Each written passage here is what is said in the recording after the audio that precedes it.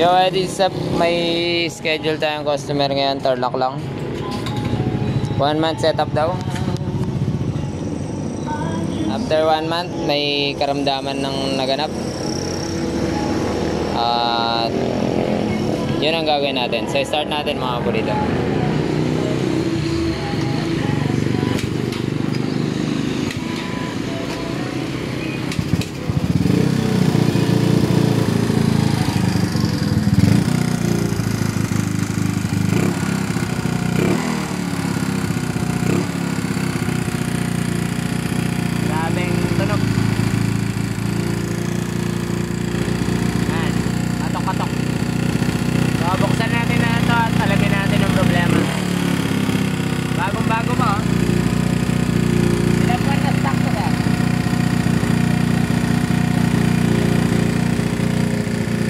Pagkakagawa nito 1 month 2 weeks.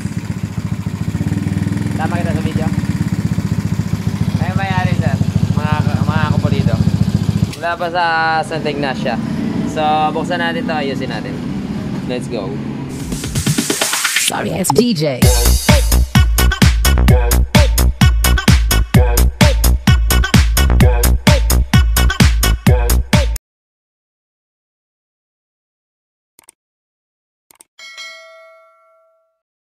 I-update mga kapulito. Sa Neve start nga namin to at napatakbo ko lang dyan.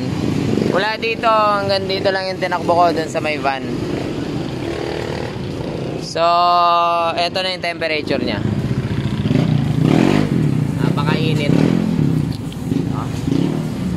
Bakit? Wala siyang shroud. Maganda sa pakiramdam yan. Yung nakakulong ka sa kwarto tapos wala kang electric fan, tapos may heater ka pa. So yun. Importante yung shroud natin mga kapulito. Kaya nga yung shroud na stock kasya rin naman sa loaded eh. Kanya-kanyang trip yan. Uy, super lean. Puting-puti. Puting-puti. So buksan na natin yan. Pero maganda sa akin yan, wala siyang shroud, madali ko siyang matatrabaho. So kung yung tunog maingay, syempre pwedeng timing chain. Pero pagbukas natin yung timing chain is maigpit naman. So good ang kanyang manual tensioner. Naka-tension naman. Sa timing naka-advance siya, isang guhit.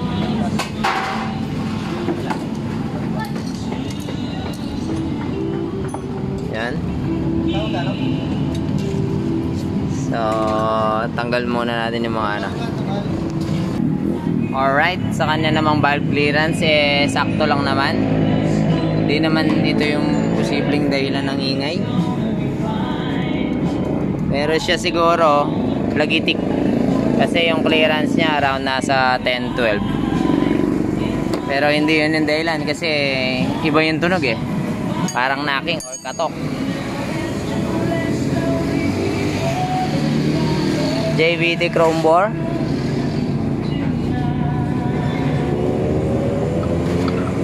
Okay, JVT. Ano size na itong head? 24-28. Mids mic na timing gear. Yung cam Showa 6.5. Showa 6.5 daw yung cam.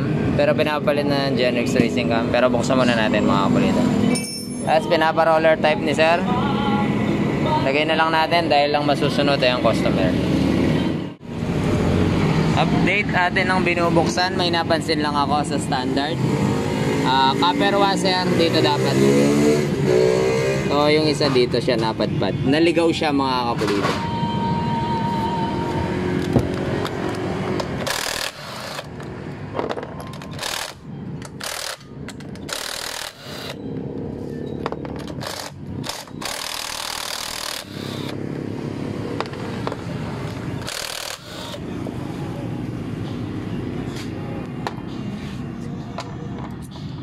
I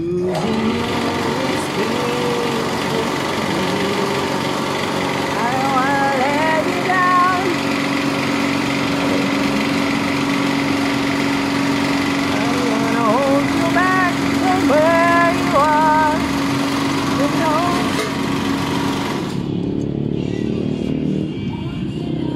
ginagamit na gasket maker ay 1101. Uy, kaputi na. Mistisa siya. Puting-puti.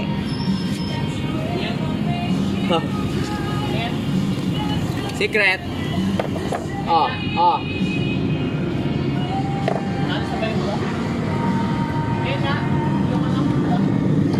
Mainit pa. Yung ulo mo daw, pakita mo sa kanya. Mainit pa. Saan? Na may ulo niya, oh.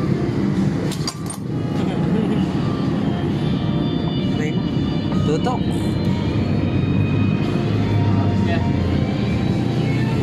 Ano yung maingay?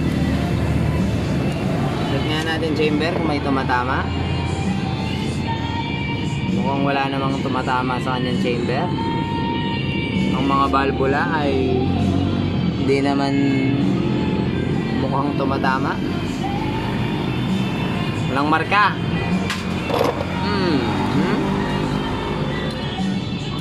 Tanggalin natin to. Hindi kaya tayo makaka-copyright sa air supply na yan. Time to say goodbye. Bye-bye. Isipan to kung walang tama doon. Walang tama doon, walang mali. Deck height niya, tama lang naman. Ang soundpad na ito ay magbibigay ng kakaibang tensyon sa iyong susunod na banda. Kama niya ata sira itong binubaksan natin, ah. Sinisira lang. Oh, yeah. Korombor. Labas ka na. Tayo lumabas. Okay. Pag ayaw nyo lumabas na ganyan, ibig sabihin, mahaba yung nilagay nila dito. Yun ang ibig sabihin. Yan. Mahaba kasi to. Malamang ito yung para sa breather cover. Minsan nagkakamali ng pagkakabalik, mahaba. So pag mahaba kasi, tatanamaan yung stud. O, di ba? Lesson learned, di ba? Ito kasi lumulusot siya dito sa butas, taas butas. Kaya dito siya tumatama sa bolt. Ba't ako yung binibidyo mo? Hindi naman yung mukha ko ng information. Ang information, yung pyesa. Ayan, gumaganyan siya mga kapulido. Kaya proper way ng pagbabalik. Ba, okay naman, ah. Anong natunog din, eh.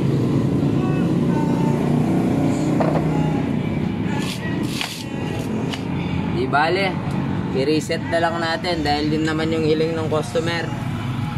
I-reset. So, tanggalin muna natin. Pag natunog pa rin after natin ni-reset, may problema taga na.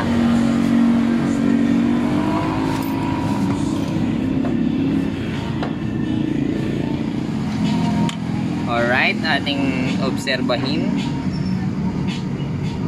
Goods naman. Wala namang issue sa kanyang block piston. Ba, saan galing yung ingay? Dito tinabasan.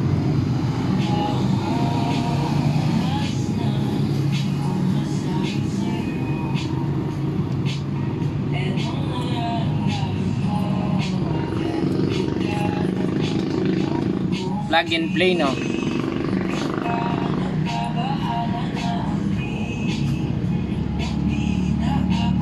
So dahil plug and play siya, wala siyang port, automatic. Wala nga port.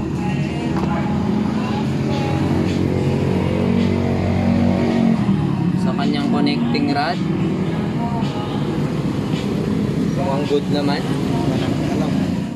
Yung update. Bali dito, naka JBT manifold siya.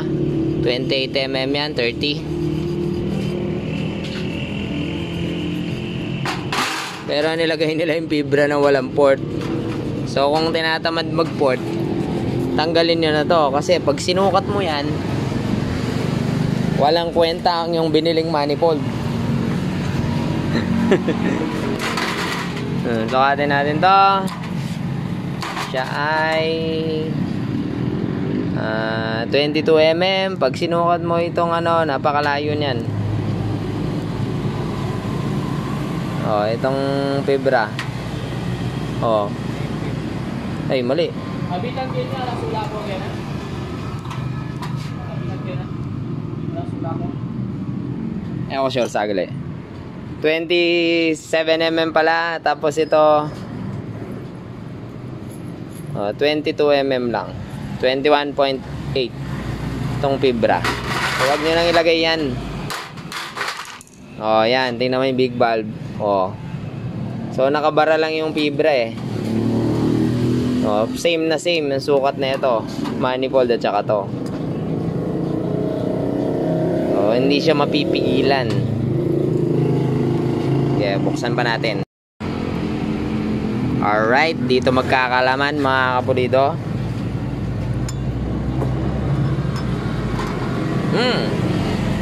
Yun.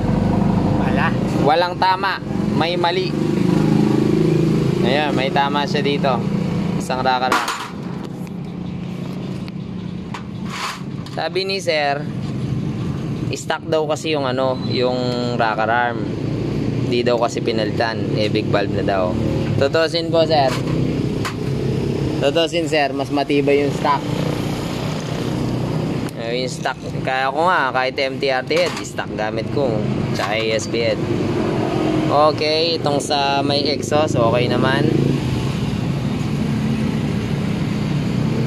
May tama yung intake. Ang kanyang cam. Shower. Ayun, may hukay. May hukay sa tuktok. Ayan. Stock yung ano neto no, sir? Ano yung mumurahing bearing yung dinagay namin sa loob, sir? Pero may cover. Wala yan. Wala, sir. Tinanggal na. Walang cover to. Dapat yung may cover. O, isa rin yan. Wala palang cover at saka local na bearing. Walang problema yung local eh. Basta walang alog. Ang problema yung walang cover.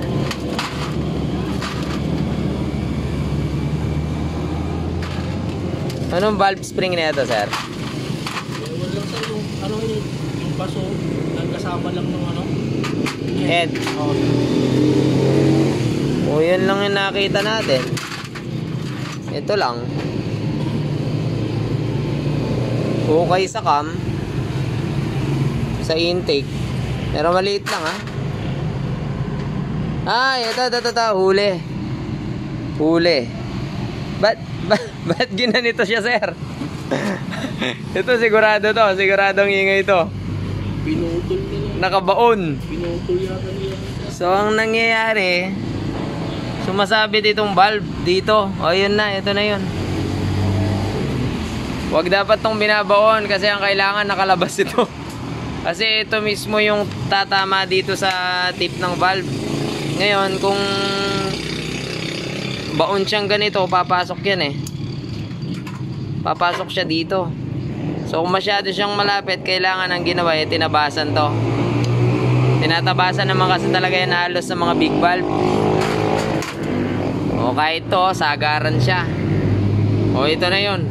Ayan o. Sagad. Hindi pwedeng itong rocker arm mismo eh, tumatama sa valve. Kailangan yung tappet screw lang mismo. So, hindi pwedeng nakalubog siya. Kailangan nakalabas siya. Para tutok-tok siya mismo dito. O, yun na yun. Siguradong sigurado yan. O, tatalim nila o. Ang talim. Talim yung gilid. Pumapasok yung rocker arm. Yun na yun, sure 100%. So kapag gagamit tayo ng stock, minsan kailangan dyan tabasan dito. So yun, ipaparoller naman na ni sir at saka magja-Genrix racing cam tayo 6.8. Yun lang, tapos magpo-port tayo mga kapulido. Tsaka i-refresh na natin. Tapos medyo itututok natin to kasi lubog ang valve ng JBT eh. So ang gagawin ko ay zero gasket. Let's go. Yo, isang sign nito na naribaba ang kanyang valvula. Kabago-bago niyan. So, bunutin natin. Ayan, ayaw lumabas. Ayaw lumabas. Ayaw lumabas. Kasi yung tip ng valvula is naribaba. So, ayan, ayaw. Oh, bangga. Ayun. So, diskarte dyan. Kailangan pa nating grinderan ito para lumabas. Let's go. Ayan, pump update mga kuplido. O tulad nito, yung roller type rocker arm niya, ayan, dinabasan ko. Ayan o. Oh. Bakit? Kasi nilagay ko siya kanina, same din siya dun sa stock. Same din siya dito. Nakatukod siya agad. Paano malalaman kung kailangan mo bang tabasan tulad nito? Pagka po kailangan siyang tabasan, pag nilagay niyo yung rocker arm, kasi pag nilagay nyo yan dyan, ganyan, o pumasok, tapos nilagay mo yung pin dyan, sample, ipapakita ko na sa inyo dahil ako'y mapagbigay ng kaalaman. O tulad yan, pag kung nakikita nyo sa loob, hindi mo maipapasok yung pin eh. Ayan o, nakaharang yung rocker arm. So pag pinilit mong ipasok yung pin, didiin yung valve spring. Kailangan pukpukin. Wait lang. Yung update. Pass na kami sa roller. Kasi halos maubos na siya. Tukod pa rin. So nagpaddle na ako. So yan, para malaman mo kung kailangan siyang tabasan o hindi. Kailangan pag nilagay mo yung pin, gumagalaw siya. Ayan, may clearance. Kasi kadalasan pag big valve, nakatama dun sa retainer. Sa retainer tumatama. Pero kung gusto mong plug and play, bili ng MTRT kung mapera ka. Ayan. Minsan dun sa may kanto ng retainer tumatama yan, kaya yan ginagrind. Sa case naman nito ni JBT, mas malala yung tama niya dito. So bawas ka dito, tapos bawas ka rin doon. Kasi kailangan ang tappet screw ang tutukod sa valvula.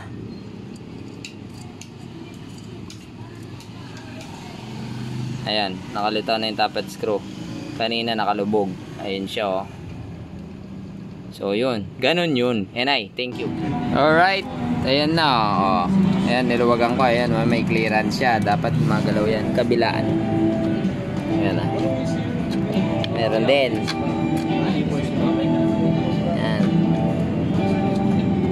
At may galaw talaga yan. Para malaman mo na hindi siya tumutukod. So, goods na. Alright, start na natin yung mga kulido.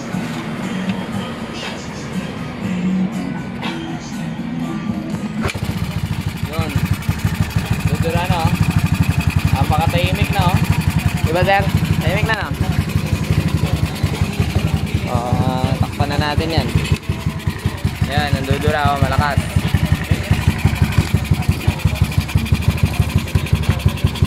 Alright. Kailangan ng shroud.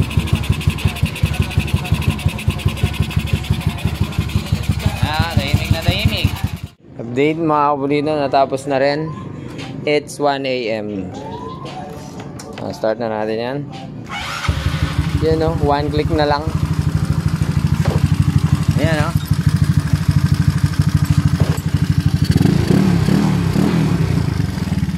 Yan o, napakatahimik na no. So, pwede nang umuwi sila sir. Arrest sa kanila. Sa kanilang pag-uwi. Ayos na natin sineta, preset. Siyempre, pulitong gawa. Kunin ko lang at Genrix.